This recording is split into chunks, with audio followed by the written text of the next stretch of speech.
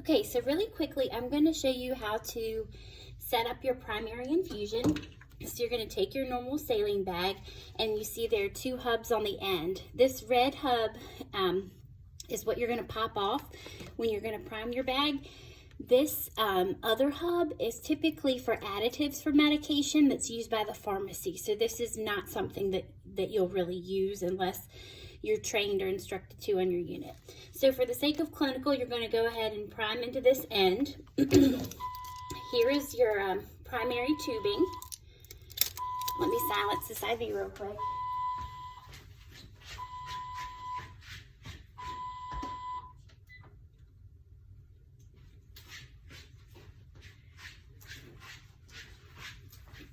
Sorry about that.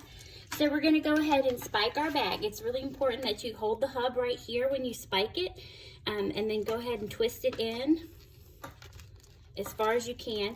There's a little membrane that you'll need to pierce, so be really careful that you're holding right at your insertion point right here, because otherwise you can spike through the side of the bag and then all your fluid will leak onto the ground. And there's a little groove right here. You'll prime it all the way into that. So once you'll prime it, you'll see your fluid start to fill up. So I like to control how much fluid is in my drip chamber. I like it about half full. So we'll go ahead and fill that up and then flip it over. And you're gonna do this over your sink, or in some places they'll use a trash can.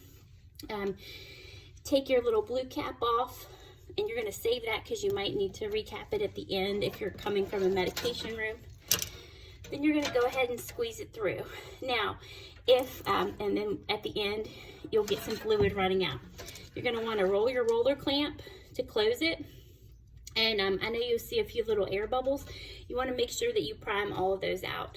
So for the sake of the video, we'll just assume that those have all been primed out. And then when you're done, you can go ahead and recap your little needle on the end.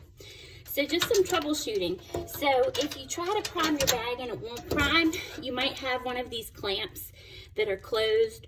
Your roller clamp might be closed. Make sure that those are open, because those will be reasons that your IV fluids won't run.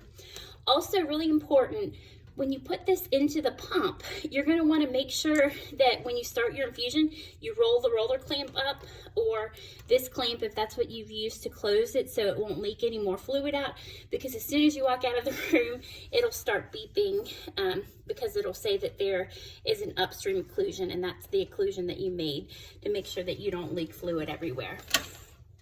Next on this, I want you to see this little Luer lock right here. So all your facilities that you're going to work in are going to use a Luer lock system. And that simply means that your IV or your medications or your syringes are going to screw on. You can see that it's got little threads at the top. And so your syringes will screw onto there. A common error that people may make, but there's a safety feature to prevent that, is if you have oral medication that comes in the form of a liquid, they will come in a syringe for the most part, but the system is made so it will not Luer lock onto that, and those syringes are typically orange. They look a little different than what an IV medication will, to prevent you from infusing that there. All right, and that's your primary fluid prime and setup.